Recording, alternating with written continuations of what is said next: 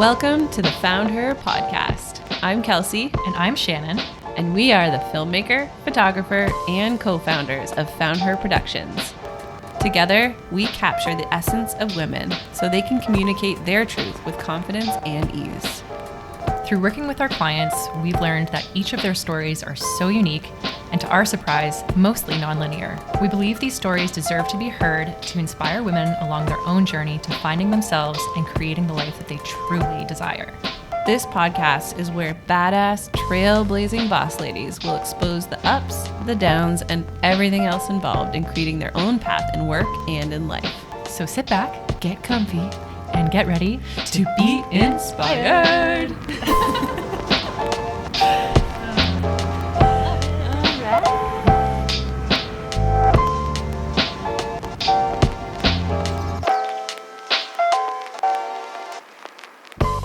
Welcome back to the Found Her podcast. It is a beautiful, crisp, snowy day here in Toronto, and we are coming at you from the comfort of our own cozy homes. The comfort and the safety of our own homes. Yes, I actually just dropped my daughter off at school, and my partner is at work today, and I have the house to myself for the first time in like months. Luxury. Yes, it's quite nice. I was going to go up to the studio to work today, but I might just stay home and not take off my sweatpants. You're wearing pants? Shockingly. We are so delighted to have our guest with us today. So allow us to introduce Danielle Sweeney. Danielle is an artist. She is a calligrapher and engraver based in Toronto. Danielle is a master of making words beautiful to look at. She is the founder of Design in Words. She teaches workshops on calligraphy, both for children and adults. She is a mother, and we are so fortunate to call her a client of Found Her Productions. We originally met Danielle in a women's mindset coaching group, and what we quickly came to learn and love about Danielle is that she is everyone's number one cheerleader. Mm-hmm. She is quick to see the good in everyone and in every situation, and we're convinced she can make anything funny. As our conversation with Danielle unfolds, you'll learn that there are many unique things about her, including her use of the Australian expression, fig jam, which means, fuck, I'm great, just ask me. Danielle, thank you so much for being here with us today. How are you doing? I'm great. That was, an even better introduction. I was like, fig jam me. That sounded awesome. Yes. I actually didn't know that's what fig jam stood for until like yesterday when Shannon told me. I had no idea it actually was like an abbreviation for something. That's hilarious. I would have never known had I not known Danielle. Right. Yeah, Well, I've never heard it before. My mission to spread. I heard that when I was first in Australia, like the first week I was there, and all of these words were coming at me. And I didn't understand any of what the Australian, and it's English, but there's this whole lexicon that just exists there that doesn't exist anywhere. And that one, I was like, oh, that's so good. That's so good. I'm bring that one back to Canada. Yeah. Yeah. Well, thank you for bringing it to Canada because I love it. So we're going to kick things off with what we call our brag spotlight. So we're gonna put the spotlight on you, Danielle, to brag for a moment about something that you're feeling especially proud of right now. It can be anything. There is no win that's too small. This brag spotlight is something we have each of our guests do with the purpose of normalizing women speaking out proudly and confidently about their accomplishments without holding back. So the spotlight is on you. Let us have it, Danielle. Oh, wow. Oh, I love that. Mm-hmm. I love that you're doing that because it's something so wonderful. I think particularly as women and as moms, we applaud our kids, we applaud our partners, we applaud everyone else, but it's very rare that we give ourselves a big fig jam. Oh my gosh. I'm all over it. And that, using it in a sentence. I'm thinking I don't know about you guys, but maybe we should keep a tally of how many times we use fig jam today. Yeah, and if you're listening to this in the evening, you can turn it into a drinking game if you want. Yeah. Or in the afternoon, do you? Drinking, I think. Yeah. That's what I roll. So let's see. My brag would be that I have finally, after years of thinking about it and sitting on the idea and mulling it over, I have finally launched the beginnings of a homewares line. Oh my And I'm so gosh. excited to be doing that. Yeah, it's literally been on my mind for, I'll say, easily 3 years, and it wasn't the right time, and and I finally just took action to do it. And like anything I found since we started this mindset program, and in hindsight, it was all there as well. But as soon as you take the first step, the next step reveals itself, even if you don't know how that's going to happen. I think that's the beauty of it. So I took that first step in, I think, December, or kind of late November, early December, just as we were going into lockdown, and thinking like, oh my God, what's going to happen? But then the next step kind of revealed itself, and the next step. And so now I've got it on the website, and I haven't done this and I haven't done that. And there's all these things I should have done, but it's just awesome. It's up there. And I'm working on a wallpaper line as well, which again was kind of another part of that. So it's really, really exciting. And the other, like the secondary part, is that I did that all while I was homeschooling. I have a full-time job. Yes. And I'm the solo parent to my daughter. So it's, Wow. I'm giving myself a great big pat on the back. Maybe I need a little rest first, but I'm giving myself a pat on the back. How about a fat pat on the back? I like it. Wow, that is so exciting. Congratulations, Danielle. Congratulations. That's amazing. And it's so funny how that happens when you make that first move, you put it out there into the world, and then the next steps just revealing themselves. And when you're ready and open to see that, it just comes flooding in. That's amazing. It is amazing. I'd love to hear more about the types of products you're going to be offering as part of this line. Yeah. What does the housewares mean? Start mentally shopping right now. Yeah. Well, it's really interesting because and we'll get into kind of calligraphy and stuff, which is just I always joke that it's such a Nana hobby. Like it's this old lady thing, but there's really something, and I just did some research into it for another kind of mutual friend of ours, Martine. We were hosting a workshop the other day, and there's this idea of, we all know that words have impact, and words have impact when you speak them. They create our worlds, essentially. But the way that words have impact is really, really interesting. So the amount that you say a word, if you're saying something negative to yourself, for instance, or someone's telling you the sky is green, if that is repeated over and over and over, that belief will actually, you'll create a belief around that, and that will trump any rationality. Like that's how propaganda works. Right. Media recently, and fake news and all this sort of stuff. So the thing that I love about words is that not only do they have meaning, but they can be beautiful in meaning, but they can also be beautiful visually. And that's kind of my goal, to bring that visual beauty to something. So in the same way that your brain lights up, parts of your brain light up when you hear your name, when you hear someone say, Kelsey, how was your day? Shannon, you look great today. There's something about seeing your name that does the same sort of thing. So I want to surround, especially kind of looking at kind of kids' lines and that sort of thing, surround kids with these ideas of beautiful words that not only look beautiful, but also mean something. So the first thing is, it's a very long answer to what it look like. But I'm creating 3D words. So I'm working with this really cool Canadian company, and we are using my calligraphy and cutting it out in various materials. So names, I have a couple of phrases that you can put up on your walls, like to the moon and back, and believe and love. And so these 3D wall hangings that you can put up wherever you want. And then there's also, everyone has special ones. I might make a fig jam one for myself. I think you should. I'd buy that too. Yeah, I would. So those to go up on your wall, and then the wallpaper will be the next step in that. Again, it just reaffirms it's words of love, and kind of surrounding yourself in beautiful words. Amazing. Oh my gosh, yeah.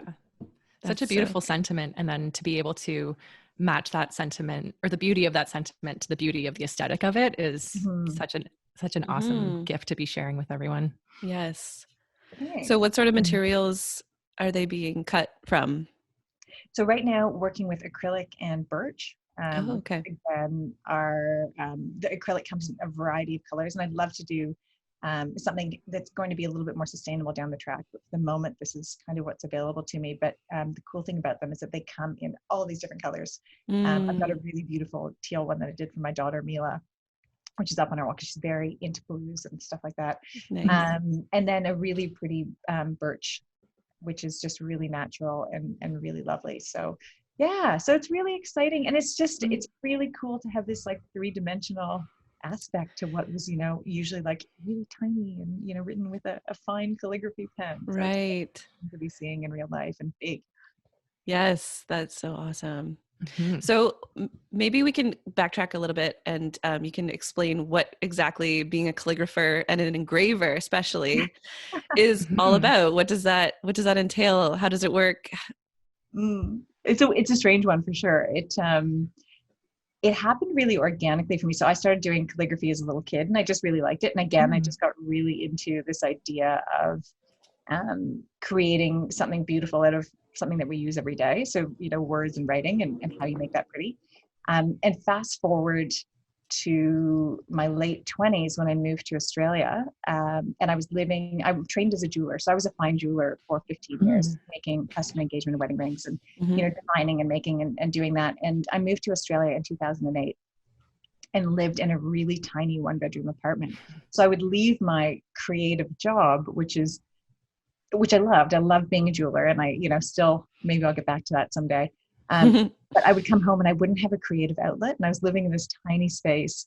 And so I just started playing around with calligraphy again, and for my own sake and just being interested in it. And as we were saying earlier, like you do one thing and I thought, oh, this would be really fun to do on the side. And sure enough, not 2 weeks later, I get a call from a friend of mine who had worked in events for a big law firm. And she said, our calligrapher can't do something for me. Can you do this for us? And I did like 500 invitations for. No way. Yeah. Wow. Yeah. And so wow. one thing kind of led to another. And then I started working with a heap of law firms in Sydney. And then I started working with luxury brands. And again, and all this was kind of going on while I was working full-time as a jeweler. So it was this really nice creative foil that kind of happened to me or happened for me rather than seeking it out. Amazing. Yeah. So calligraphy it's beautiful words, essentially. So, you know, really ornate, like wedding invitations is a really big part of my business. Invitations for luxury brands. So, you know, I was on site at a Chanel show doing personal invitations for the people who were coming in and name tags, things like that, which is always really fun because you're writing these like, you get to go to all these like crazy events and kind of sit back and be on site writing things. That was so cool when we learned that about you in our initial consultation before our shoot with you. I was like blown away. I had no idea that those types of opportunities existed for calligraphers. I really just thought it was like the wedding invitation thing and the making things look pretty for that purpose. But then when you started to tell us more about the opportunities that there are for calligraphers, I was shocked and blown away. It was so interesting. Like I didn't think that either. And then as I kind of got into the calligraphy world in Australia, there just seemed to be more and more. And there's this really amazing group of women that I used to work really closely with. And, you know, we'd kind of trade jobs around. So if Burberry needed us in one place and Louboutin needed us in another, we'd be like, okay, who can do Louboutin? And I'll do Burberry. And, you know, there's so really cool environment. Oh my gosh. Yeah. And so separate from the world that I was living day to day, which is like wearing a big leather apron and like hammering out gold. Like in one world, I had to always polish my nails dark red to cover the polishing compounds from my day to day. Oh my goodness. You know, so it's like just such a funny thing. And then, and it kind of just fed on from there. So, with the rise of digital technology, like there's all these fonts available, but hand type, which is the difference between like handwritten and computer generated, which is font.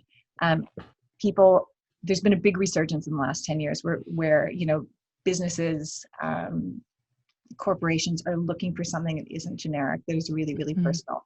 And that's where calligraphers are really finding their feet and finding their ability to license designs, license typefaces, create new logos and things like that. So it's kind of this strange little artistic and really traditional skill that is now kind of slowly coming back and slowly coming into our consciousness, which is really exciting. That is very cool. I think it's something that you can't take for granted too. Like when you use the term like a handwritten typeface, you might interpret that as being something as simple as like writing out like letters like by hand, but there's a consistency to the style. The letters have to match each other with weight and size, and it's actually much more intricate than it might seem. It's so pedantic, and I always laugh at myself because I consider myself very creative, but only within certain parameters. Like I like making how appropriate because there's a box, but you've got to be like do something creative within that sort of box. So the same thing with, you're not going to make an A look not like an A. But to that point, Kelsey, when you think about your mom's handwriting or your grandmother's handwriting, like we all know it and it's so personal. And I think, and this, along with bringing Fig Jam to the world, the other part is bringing the art of handwriting back, because it's so personal to have that script that you can recognize a mile away, and it evokes a feeling in you, and that's a really beautiful thing. Yeah, that's a really good point, actually. The thought of handwriting kind of becoming passé. Or like I think about my grandmother or like my parents, and their handwriting is so consistent all the time. And then I think about like my own or my partner's, and it's a little more like all over the place. And it's just probably because we don't do it as much. And we don't learn digital. it. Yeah. Kids, like the cursive curriculum, cursive writing is off a lot of curriculums. And I'm gonna get super nerdy here. Don't get me started. I'm deeply nerdy about this topic. But there's, like they talk about crawling has cross-body function. And so the idea is two sides of your brain have to work together for kids to crawl. So there's there's all these studies to show that if kids don't crawl, there could be issues further down the track with kind of the two sides of the brain working together. Handwriting, and actually cursive writing, is one of the only other things that does the same thing. So it's the idea of conceiving of a word and then actually conceiving of how to link the word and the meaning of the word. So it's these two things going together that block printing or printing doesn't do and typing don't do. So it's one of these, it's another soapbox. Like I'm so excited about kids, and my poor left-handed 7-year-old daughter, like, your handwriting isn't right. And she's like, for God's sake, Mom, leave me alone. But it's so important. And it's so beautiful. So I want to bring that back. Yeah. I didn't realize that cursive isn't taught in the curriculum anymore. That sounds so bizarre to think about. I don't think it's an essential part of I think it used to be. Like I remember doing handwriting classes, and it being so like you have to follow a certain pattern. But I think right now, it might be an optional part. Like I don't think it's completely erased, but I don't think it's I don't think there's a focus on it like there was when I was in school 8 million years ago. What it feels like 8 million years ago. Yeah. Oh, wow. That's so cool that you know that science behind it. I had no idea. Well, I have to say, this came from, I had a calligraphy supplies business in Australia, and it came from this client of mine who was, I think he was a neurobiologist, and he was like, I really like it because this, and this. And I was like, oh my God. You're like, yeah, me too. Yeah. I was like, look, I always joke when I teach my workshops. Yeah. Totally, man. But it's like, people are like, you get smarter. I'm like, you're doing this workshop, you're actually getting smarter. And like, kids still love it. They are. And the fact that you can get smarter and have a glass of wine while you do it, while you practice in the evening as an adult, you're kind of getting smarter and getting dumber at the same time. Real joy in that. A little counterintuitive, but awesome. So you teach workshops then for children and adults. Yeah. Yeah. And so that's gone online, for the last few months. So okay, and in person. Yes. Can you walk us through what you would learn in these workshops?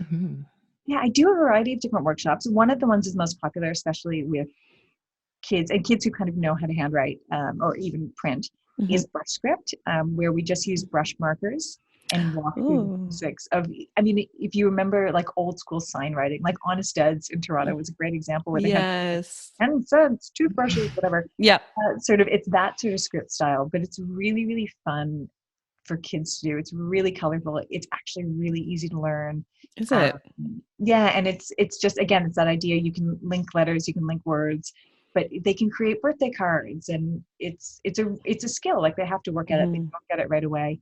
But it is a really fun, really active workshop. So I teach those, various times. I usually do 1 or 2 a month. And then after that, I have taught a lot of calligraphy. So what I call pointed pen calligraphy, or what's called pointed pen calligraphy, which is actually dip ink calligraphy. Okay. Right. So I'm setting up some workshops for that. And those are more for adults or kind of later teens. And I'll be teaching those starting in March, most likely. I mean, the great thing about teaching online is that I can really zero in on what I'm doing, and people can follow they can see it. Patterns. Yeah. That's been a real benefit. And Shem so aptly said earlier, you're wearing pants. Like, no pants needed. Pants. Yeah. Yeah. The expenses stay low that way. Totally. I only have to pull the front of my hair, no one sees the back. Yeah.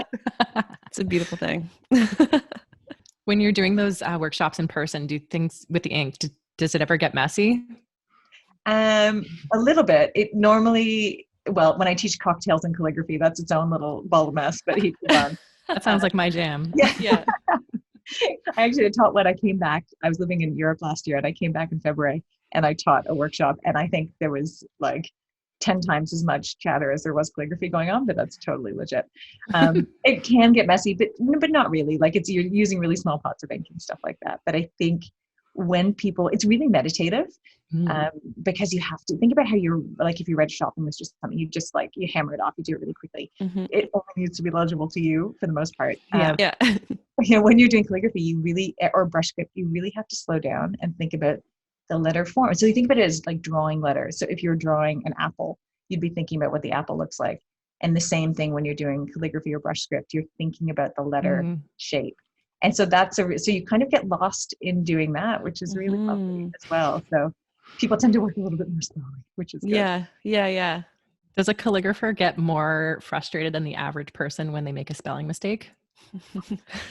God damn it. Just start again. If I've done like a 30 line something, like I do a lot of wedding vows, I write 30 lines of wedding vows, and then you have like an ink blot on the last line. And of course I go, oh my, would you look at that? Well, I guess it's part of the charm of that human like characteristic of the calligraphy, right? So yeah, totally. It's kind of like a happy accident. Yeah, they're not so happy at that stage when you spent like 3 hours doing something. There's such a charm to it, and you can even see, certain days, like my script will be fairly consistent, and that's what the study is staying really consistent and that sort of thing. But there are certain days where things are a little bit more expressive, and like I use Procreate a lot for digital stuff. And that's awesome. So I could do some things that are like totally off the wall that I wouldn't want to do with a pen. So that's quite fun. That is fun. Yeah. So let's jump back to your story of how you got into calligraphy. So you decided to get into it as a casual hobby, a creative outlet. You had a friend that asked you to do some wedding invitations. And then what happened? Like, where and how did it form into what is now Design in Words, like a full business? Oh my God. I feel like it's so, in some ways it's this like path, that kind of this long and winding road that I kind of walk on and didn't really realize. So I left Canada 12 years ago. So it was, or almost 13 years ago. So it was then. So it was kind of beginning of 2008. And yeah, as I said, I just started doing some work for my friend. And then I decided that I was kind of really enjoying it. So I took a class with this hilarious older lady in Australia, and she used to we were all adults taking this class, and she used to hit our knuckles with a ruler if we weren't doing something right. Oh my gosh. Wow. And I'm like, I am paying you a lot of money after I finish a full day of work and you're hitting me on the knuckles? Like, what is it? But man, did I ever learn. Like, she was so strict. Yeah, but I felt like I was being taught by nuns. Yeah. So hilarious. So like a shout out there to Jane for her super strict methods. Yeah, I guess it was probably the number one thing that took it from a hobby to something more was building a community. So I sat down, I took a lettering workshop from this fascinating letterer. And if anyone who's listening is into hand lettering, she's called Mrs. Eves, at Mrs. Eves on Instagram. And this woman's amazing. Like, she's an absolute artist and typographer and graphic designer, like just incredible work. And I took a workshop with her, and it's all like millennials, and like it's all these people like just straight out of school in their early 20s. I'm like there. I've like got 4 hours away from my baby. I'm like, and just feeling like such a sore thumb. And this woman dashes in at the last minute. There's one seat left. And she comes and sits in beside me, naturally. And she comes and sits down beside me. And this is a woman I've been following on Instagram for the whole time I'd been in Australia, who was like this. She was Australia's like top calligrapher. My goodness. And she sits down. She's like, "Hi, I'm Glenda." And I'm like, "Oh my God. I know who you are." Like, I know you, like such a stalker. And so we just struck up this great connection. And like, she's my friend to this day, and we chat all the time on, on WhatsApp and whatnot. So starting to see that community build. And then I won an opportunity to go to San Francisco to study with the White House calligrapher. At the time was a woman called Pat Blair. She's since retired. I don't know if she retired because she wasn't into doing like, gold foil and like red ink for Trump or what, but I went and I did this course with her, and the same thing. Like I didn't know anyone there, and I found myself in San Francisco from Sydney for like 48 hours, or from Melbourne at that time. So like it took me longer to get there and get back than I was actually there for.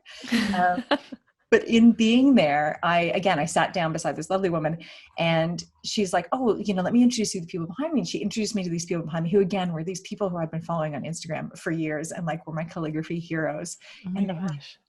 They're now good friends. So building that community and learning from that community then allowed me to learn from them, to gain a lot more confidence.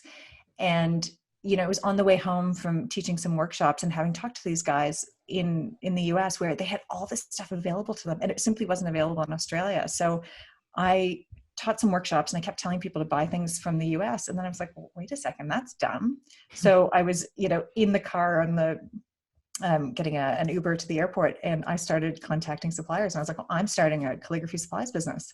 Nice. So by the time I got home, I had like started Calligraphy Supplies Australia, which is still going to this day. Oh my goodness. I didn't know that. Yeah. So I had an online business for a year, and then I moved to Europe. So I sold the business when I left. Wow. But again, it was one of those things where it was like one thing kind of led to the next, to the next, to the next. And creating that community around me was what drove one thing on. And, it's hard to take jewelry tools to a new country. So when I moved to Amsterdam 3 years ago, I kind of packed up almost 4 years ago, I packed up my jewelry tools and said, right, I'm going to do this. And just started doing work there, found a great community, and started learning how to do sign writing and chalk lettering, and just started going into cafes and being like, your coffee's really good, but your signs are really bad. Which is a direct approach that I think could only work in the Netherlands. Right. But it was great. Like, and again, built an awesome community and a great business. And I passed that business on to a colleague when I left, which was really fun. Oh my gosh, now I'm here. So Design in Words was born once you were in Australia, or sorry. Yeah. Amsterdam. Design in Words started when I moved from Sydney to Melbourne. And so it started when I was in Melbourne, and I'd kind of been doing it casually. But the business had been rolling under a different name, under my own name. And then I decided to make it its own.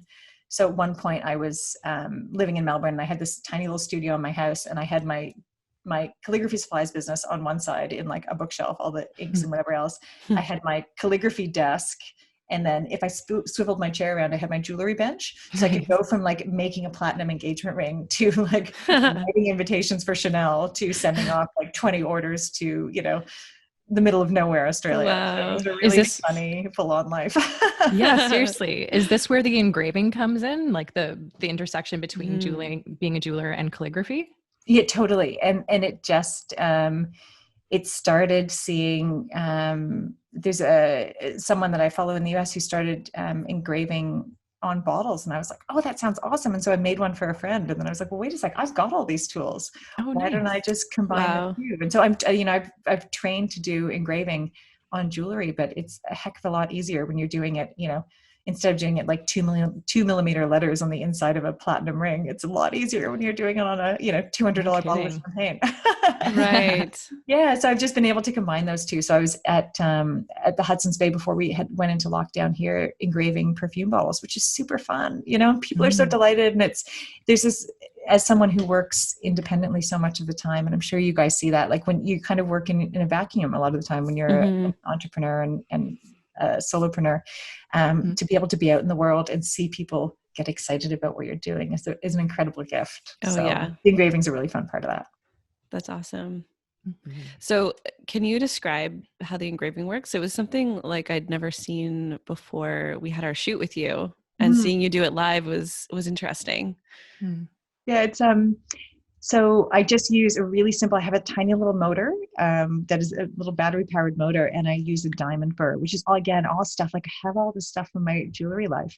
So it's quite fun. So it's just engraving on, perfume bottles, wine bottles, champagne bottles. Like those are great for weddings and wedding gifts. Um, You typically really put the person's name, or like, what do you write on there? Names, designs, ideas. There was a very choice one for my best friend for Thanksgiving, or not for Thanksgiving, for New Year's Eve, talking about where 2020 could go. The lovely bottle. Where is that? Bottle Perrier. Geographically, Where would you that say? was. It should go. But yeah, so just like, things like that. So literally anything. Actually, that's part of what I love about calligraphy. And I joke about being really traditional, but like some of the things, like with our shoot, which is really fun. Like I just got the idea to write on a pair of jeans, and I wrote the story of my life, moving to Sydney, not knowing anyone, not having a job, like not, kind of being in this weird world.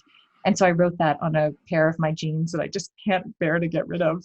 And I've drawn and written on leather jackets and, wine bottles and tablecloths. And so cookies, like I did a whole range of place cards that were actually macarons and in edible ink. I wrote people's names. Wow.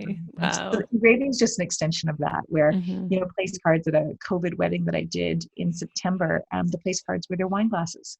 So we engraved everybody's name on their wine glass, which created a really lovely souvenir to take home, and, made a place card that was a little bit different. So, wow. So cool. Do you get, it seems like you have the opportunity to be really creative as a calligrapher. Do you appreciate that opportunity? Is it something you like crave? Oh, I love it. Yeah, I can be, moderately creative in my day job, but it is really fun when people come to me with an idea, and especially event planners. I love working with event planners because they're like, I have this vision, and it might be like a floral filled wedding or business dinner. And instead of just doing a paper place card, it's like, well, why don't we write on leaves? Like, why don't we take the camellia that you were using and use the leaves as place? And so those sorts of things. It's really fun to just think about the possibilities and think about things from a different perspective, and what can we do rather than what are we limited by? Oh my gosh, it sounds like such a great way to keep every day different. For sure. Yeah. And it's nice to probably work with people that like see the value in having the custom handwritten, whatever it may be, for whatever it's being used for. Like it's something that maybe would get overlooked, but when you have someone that like can see those fine details and see how much value it will add to the overall aesthetic of something. Yeah, it's really, and that's why, events and things like that are so much fun, because it's all about the little details. Yeah. And maybe that's something we're realizing now too, like in this period where we're all at home and we're all like, it's actually the tiny little things that we need to hang on to, because that's what's available to us at the moment, but also that make the difference, that make us feel really good or really cozy or whatever that is. Yeah. Honestly, it does make such a big difference. I recently ordered these 2 prints from an artist that I discovered on Instagram, and she sent like a little card and like thanked me for buying her work. And on the other side of it, there was this graphic that just said like, you are valued, you are needed, you are important. So I taped it to my mirror, and I was like, that's just such a nice little touch, that an independent artist would do that you wouldn't necessarily expect from like a box store or a chain store or Amazon. Totally. And that's where we have so much opportunity. And like, that's what you guys do, right? Like we laughed, and I was laughing the other day because some of like a couple of my favorite pictures that you guys took were when I was being super awkward, and you guys were making me laugh about me being awkward, and like it was ended up being these really genuine, beautiful pictures. But it's that little extra that you would put in there rather than stand there and do this. Yeah. So kudos to you guys for doing that same thing in a non-tangible way until you get photos and stuff. So I think that's like what makes you an expert in what you do, right? Like you've got those unique little details in how you produce your work, whatever it may be. And that's what makes you unique in your industry. That's what makes you come across as an expert. And those are the things that sell you to other people if you embrace them. But they make you enjoy it more, don't they? Yeah. Oh, definitely. Like that's where you get that feedback in such a different way that you can put yourself in. As soon as actually I learned this making jewelry. I used to do collections, kind of 2 collections a year. And if I wasn't feeling the collection, it wouldn't sell. That makes total sense. And it's so like, I didn't understand like laws of energy and stuff at that point, but understanding and looking back now, I'm like, oh, I totally know why those collections didn't sell, because I wasn't invested in them. And I think we see that with anyone who's selling anything or creating anything. Yeah, you can sense it, right? When the heart's in it or when it's not. Yeah, totally. Yeah. So, so what's the future of design in words? You're phasing into housewares, and what else? Total world domination. Naturally. Big jam. Big jam. Big Did jam. I use it right? Yeah. So yeah, the next thing is for this year, I want to really focus on, well, there's so, I want to focus on everything, which is the hard thing. I'm really excited to get this wallpaper line up and going. So that's design phase. And I'm hoping to have the first samples done by the end of March, which is really exciting. And learning, like, there's so much about putting things out there, because I've always been really passive about my online store, my online presence, because a lot of my work has come to me by referrals through event planners, things like that. And this is the first real line, and over the last 6 months, kind of the first lines of product that I've ever done. So I also do t-shirts and prints and things like that, and those are just because I wanted them. Like my, my favorite, trust the timing of your life, that's my favorite print, and I just put it because I was like, well, I want this, so maybe other people will, and off I go. For sure. So it's just going to be such a learning to kind of put things out there and actually learn how to market them, and how to understand all this stuff about the digital world that I don't, and e-commerce. So I'm really excited about that opportunity, and really bringing calligraphy into a normal world, in the sense that it's not just this really, really niche product. Like, it doesn't need to be super expensive. It doesn't need to be inaccessible to most people, but there's something about that comfort of bringing words in. Like, I designed a tattoo recently for a friend who lost her dad last year, and it's actually his handwriting. Oh my gosh. Which is this really beautiful. So it has so much meaning for her. So things like that. So creating that personal in worlds that maybe weren't as personal before. So, wallpapers kind of, you like the pattern and it's okay, but kind of bringing some of that sort of stuff in. So I'm really excited about going into a totally new space and learning about it. Yes. And come what may, like, I'm expecting it to, as I said, like, total world domination. But I know, like, I have zero idea how to do any of this stuff. I don't know how to do surface pattern print. I don't, but I feel like I'm going to, I'm taking the steps to do this. And then, sure enough, someone's going to show and be like, oh yeah, I just learned about that. So, and then maybe I can swap something else with them. So it's really exciting to see what's going to evolve. And I love that idea of evolution this year. I think we stagnated a lot last year. Yeah. In kind of being indoors. So this year it's like getting out and seeing what's out there. Yeah. With a new perspective. That's exciting. Well, if this follows the pattern of what's happened in your life in the past, you've made the decision that this is what you want to do, and the opportunities will just start presenting themselves. You'll just go with the flow. Expecting that to happen. And it sounds really facetious, but it's actually not. Okay. I'm doing this, so this is what's going to happen. I've ordered this on a plate. Please arrive. Yeah. Have you always been able to trust in just kind of trust in yourself in this way, and trust in the universe that the next thing is going to show up? Or is that a skill that you've built over time, or something you've gained through experience? Oh, that's such a good question. I think I probably did. My mom is very much like this. My mom escaped Czechoslovakia with like her hatchback and a small suitcase, and couldn't go back until 1992. So she was out of there for almost 30 years, right? And she was like, well, we'll see what happens. And she got across the border, and she's like, okay, now what? So maybe, I think, because that story has always been part of my story, I probably always have had that to a certain degree, but not probably unwittingly, probably like naively, optimistically. Whereas now, the last year of my life had a huge amount of change. I separated and divorced from my husband. I moved from Amsterdam back to Canada, where I hadn't lived in 12 years, all of this stuff. I changed careers, for my full-time work. So massive change, but it was really, last year was a really good look at that, and really good evidence of, and consciously looking at being like, okay, I'm taking this step. What's next? And something kind of shows up. So now I feel like I can trust that, because I've already seen the experience in that. Yeah. And so now I feel like I'm doing it consciously, whereas before it was a bit like, here I go, let's see what happens. Yeah, more unknown. There's fear in that every time. Yeah. And now fear tempered with, okay, this is okay. Whereas before it was just like, oh my God, what's going to happen? Wow. Do you think it's been easier over time to do that? Like every time you do something, you set out to achieve something and you do you find that it gets easier and easier to set bigger and bigger goals for yourself? Oh yeah, big time. And I think the smaller things that trip us up often, I think about why I didn't start this line 3 years ago when I initially thought of it. It was one comment from a friend that was probably an offhand comment because she was having a crappy day. Mm-hmm. And that stopped me from going forward. Mm-hmm. And so now that those little stumbling blocks, I look at in a different way. I don't even look at them as stumbling blocks. I'm like, interesting. Not my opinion. I'm going to keep going moving on. Yeah. And probably age has a lot to do with that. Like, I feel like I only started to trust myself and my opinions in my late 30s, which is, and I'm like a whopping great early 40s now, but it is really like I can actually pinpoint a time where I started to go, hang on, I actually trust what I'm thinking here and not relying on everybody else. So all of those things come into place. And there's, someone once described this, and I don't know if I'm allowed to swear, but you did. Big jump. Like, this time is the great fuck it.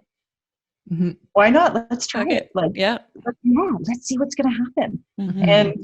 And that's kind of how I feel now with a lot of things. And it's not to say that I'm being uncaring or whatever, but just taking a chance. Whereas previously I might get into analysis paralysis. Whereas now I'm like, okay, I'm going to make a decision and see what happens. You're like, oh, there's a risk there. I'm going to take it. Yeah. I love that. Like, the reframing of the feeling of fear and kind of turning that into like this must mean something big and exciting is happening because I feel scared shitless, and that's always a good sign. And it went really, really well when I rolled with this feeling last time. Yeah. I mean, it is, but it's still scary. Like there's no coming across, or there's no denying that that those things are less scary. Like they're still really scary, and they're always oh my God. But you kind of like, there's that great exercise of going, how am I going to feel 15 minutes after I make this decision? Totally. And I'm a real and I didn't realize that this was the thing. I just assumed everyone did this. I'm a very kinesthetic person. Like I really feel things when I'm stressed. My stomach is like, I can't eat. I have terrible digestion and all this sort of stuff. And I just kind of assumed everyone was like that, which they're not, clearly. But you can feel it. Like I can feel what's kind of happening in the decisions that I'm making. So yeah, you're taking that and you're like, oh my God. And there's fear, but it's like the good, happy, bubbly fear rather than like, the paralyzing fear. Yeah.